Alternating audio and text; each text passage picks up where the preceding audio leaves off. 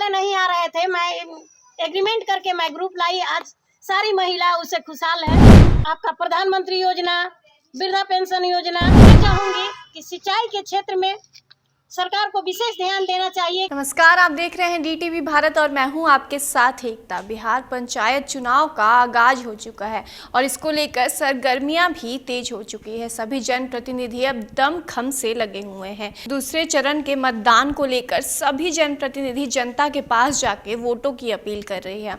और जैसा कि नौहट्टा प्रखंड में 29 सितंबर को मतदान होने वाले हैं, इसी सिलसिले में दारा नगर पंचायत के BDC प्रत्याशी सुनीता सिंह से हमारे संवाददाता अश्विनी पांडे ने क्या कुछ बातचीत की है, देखिए। बिहार पंचायत चुनाव को लेकर सरगर्मियां तेज हो चुकी है। ऐसे में हम बात करें रोहतास जिले की, तो रोहतास जिले के नौहट्टा प्रखंड में दूसरे चरण में नामांकन हो चुका है और ऐसे में 29 सितंबर को यहां पर मतदान होंगे, जहां जितने भी प्रत्याशी हैं अपना दमखम लगाने में जुट चुके हैं। हालांकि बात करें दारा नगर पंचायत की, तो दारा नगर पंचायत से महिला प्रत्याशी जो कि हैं BDC के पद पर पंचायत समिति के तौर पर अपना इन्होंने नामांकन कराया है। कहा जाता है कि महिलाओं की जो आधी आबादी है उनकी हिस्सेदारी जो है संविधान में दिया गया है और ऐसे में महिलाओं को सशक्त बनाने के लिए पंचायती राज व्यवस्था में जो है इनको सीट दिया जा रहा है, ताकि ये सामाजिक व्यवस्था को मजबूत कर सके और समाज को सुधार सके। ऐसे में हमारे साथ मौजूद हैं सुनीता सिंह उर्फ सुनीता देवी, जो BDC प्रत्याशी हैं और ये चुनावी मैदान में उतर चुकी हैं, अपना दमखम लगा रही हैं, अपने पक्ष में मतदान को लेकर लोगों से अपील कर रही हैं। सबसे पहले सुनीता जी, आपका DTV भारत में बहुत बहुत स्वागत है। धन्यवाद। हम आपसे जानना चाहेंगे कि आप इस दारा नगर पंचायत में या पहली बार चुनाव लड़ रही हैं, इससे पहले भी आप चुनाव लड़ी हैं?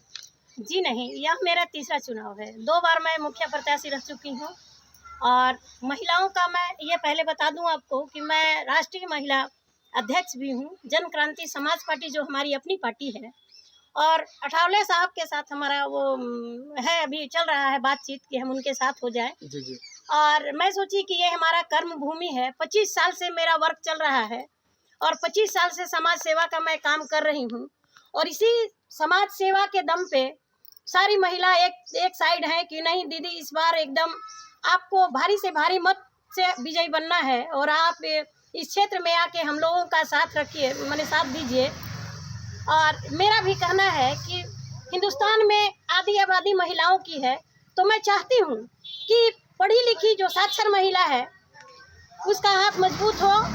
और कहा जाता है कि एक पुरुष अगर शिक्षित होता है तो एक ही परिवार शिक्षित होता है, एक ही व्यक्ति शिक्षित होता है। और एक महिला अगर शिक्षित होती है, एक महिला को शिक्षित किया जाता है तो एक परिवार शिक्षित होता है। इसलिए एक महिला को अगर हाथ मजबूत होगा तो पूरे समाज की महिला, पहले पंचायत, उसके बाद प्रखंड, प्रखंड के बाद जिला, जिला के बाद हमारा देश बनता है।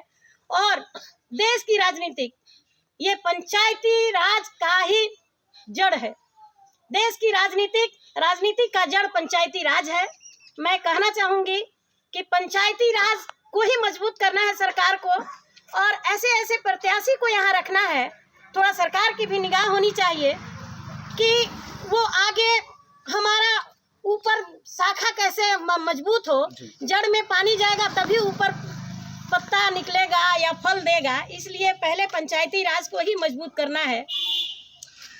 ऐसे जैसे कि आपने कहा कि पहले जड़ को मजबूत करना है, तो ऐसे में आपका चुनाव चिन्ह जो है बरगद का पेड़ मिला हुआ है, तो ये जो है आप जो कह रही हैं, तो उसी तरीके से आपको जो ये मिला है, आप किस तरीके से अपने पंचायत के लोगों को छांव देंगी? छांव मैं 25 साल से दे रही हूँ। नीचे तक होता है और ठंडा देता है, शीतलता देता है बरगद का छांव में। और मैं चाहूँगी कि यह हमेशा के लिए शीतलता प्रदान करे हमारे जितने भी मतदाता साथी हैं, और हमेशा के लिए शीतलता प्रदान करें उनको। और मैं भारी मत से इन लोगों का आशीर्वाद का मैं वेट कर रही हूँ। ऐसे उनका जनादेश का मैं इंतज़ार कर रही हूँ कि उनका जनादेश जैसा आएगा उस हिसाब से हम लोग अपना काम करेंगे। इस पंचायत में यदि आप BDC के तौर पर जीत जाती हैं, तो सबसे पहले किन किन मुद्दों पर आपका फोकस रहेगा? मुद्दा देखिए, मुद्दा मेरे जो अंडर की बात होगी, बैरियर होता है। किसी भी काम को करने का एक अधिकार क्षेत्र होता है। मेरा जो अधिकार क्षेत्र होगा कि बीडीसी के अंदर जो अधिकार क्षेत्र होगा उसको ईमानदारी और न्यायपूर्वक मैं निभाने का कोशिश करूंगी, और कोशिश ही नहीं प्रयास करूंगी और निभाऊंगी उसमें कि मैं एकदम खरा उतरूं। नहीं रहते हुए भी मैं सारा काम की हूँ। यहाँ अपना काम भी मैं गिनवा दे रही हूँ कि यहाँ ग्रुप वाले नहीं आ रहे थे, मैं एग्रीमेंट करके मैं ग्रुप लाई। आज सारी महिला उससे खुशहाल है। और आपका प्रधानमंत्री योजना, वृद्धा पेंशन योजना, मैं एक कंपनी में सीनियर मैनेजर के पद पे थी, लेकिन उससे काम अपना समय बचाते हुए मैं हर समय काम की हूँ यहाँ। और मैं चाहती हूँ कि हमारी जितने प्रत्याशी हैं, प्रत्याशी से ज़्यादा मतदाता समझदार हैं, वे अच्छे से अच्छे प्रत्याशी को चुन के अपने पंचायत में लाएंगे, क्योंकि उनका काम होगा। वो कहते हैं कि दीदी हम खिवाई भी देते हैं और बह भी जाते हैं। आज जो शराब और मुर्गा का जो दौर चल रहा है, काफ़ी मैं सरकार का जो मुहिम चल रहा है उससे मैं काफ़ी खुश हूँ कि अभी हमारे यहाँ काफ़ी उसका वो नियंत्रण में है और काफ़ी लोग उससे ये हैं, और जो चुनाव लड़ रहा है उसको भी थोड़ा राहत है और सारे लोग खुश हैं। सरकार की मुहिम से भी मैं खुश हूँ, और इसलिए मैं चाहूँगी कि अच्छे अच्छे प्रत्याशी को मतदाता सिलेक्ट करें और पंचायत को मजबूत बनाएं। अपने पंचायत को मजबूत को लेकर कहिए। सबसे पहले महिला है, महिला के तौर पर यहाँ चूँकि इस क्षेत्र की बात करें तो यहाँ पर अशिक्षा है, बेरोजगारी है, बहुत सारे लोग बाहर पलायन करते हैं। ऐसे में आपका क्या रोड मैप रहेगा?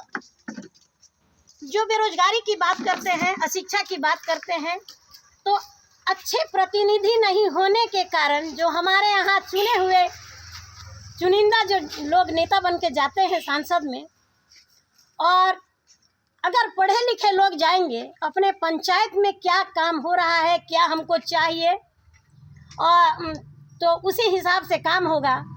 और जैसे तैसे लोग आजकल पैसे के बल पे जाते हैं, वो लोग चुनाव नहीं कर पाते हैं कि हमको क्या करना है और कैसे मजबूत करना है, गरीबों को कैसे हमको सेवा करना है, किस आधार पे किसको क्या चाहिए उसको देना है।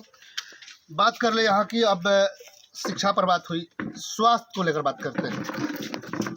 इस बार यदि आपको जनता के द्वारा आशीर्वाद मिल जाता है या जनता आपको चुन लेती है, तो आप जो है सिंचाई के क्षेत्र की बात कर ले तो उसको लेकर आप क्या करेंगे? सिंचाई के क्षेत्र में यह कृषि प्रधान देश है। यहाँ 90% लोग कृषि पर निर्भर करते हैं, और ये हमारा गरीब क्षेत्र है।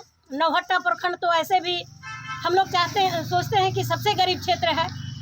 और मैं चाहूँगी कि सिंचाई के क्षेत्र में सरकार को विशेष ध्यान देना चाहिए कि जो मानसून पर निर्भर करता है, मानसून के नहीं आने पर जो हमारे यहाँ खेती सूख जाता है, जहाँ हमको हीरा बोरिंग देना चाहिए, जहाँ बोरिंग का व्यवस्था करना चाहिए, जल का व्यवस्था हो तभी सिंचाई भरपूर मात्रा में हो पाएगी, उसको सरकार मुहैया करवाएं।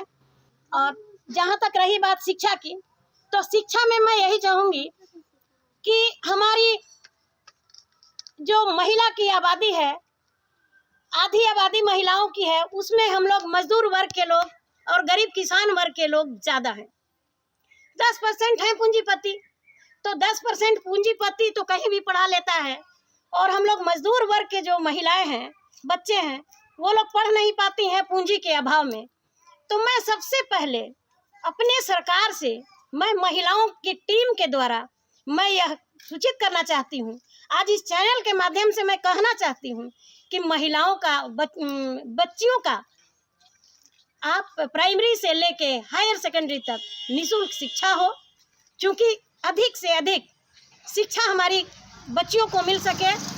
और जो बेटी पढ़ाओ बेटी बचाओ जो मुहिम चल रहा है, सचमुच यह धरातल में खरा उतरे, कहीं किसी तरह से कुताही ना हो। और मैं चाहूँगी कि हमारी आधी आबादी महिलाओं की है, तो वो पुरुष के साथ कंधे से कंधे मिला के चले और यह देश खुशहाल हो। तो बाल मजदूरी और महिला उत्पीड़न की भी ज़्यादा मामले आते हैं। ऐसे में यदि आप यहाँ चुन ली जाती है जनता के द्वारा, तो इन क्षेत्रों में आप किस तरीके से काम करेंगी? महिला उत्पीड़न और महिला जो मजदूर महिला के बच्चे की मैं बात करूं, उनके बच्चे, महिला अगर कहीं रोपनी में जाती है या कहीं धान काटने जा रही है तो स्वाभाविक है कि 2 साल 4 साल के बच्चे उनके पीछे लगेंगे।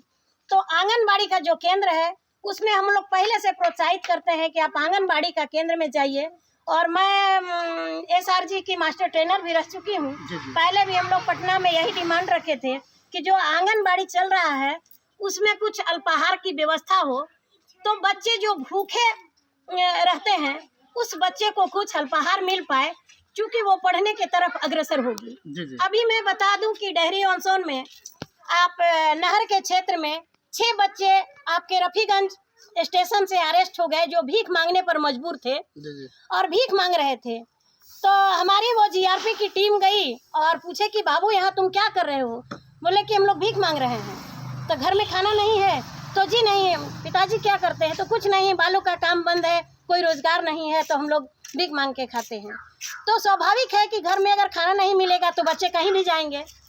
पेट ऐसा पापी पेट का सवाल है, कहीं भी जाएंगे। और जो भी करप्शन फैल रहा है हमारे देश में वो बेरोजगारी के कारण है, अशिक्षा का कारण है। मैं चाहूँगी कि बेरोजगारी थोड़ा दूर हो और शिक्षा पर बल दिया जाए, और शिक्षा पर बल मिलेगा तभी यह देश हमारा सुखी होगा।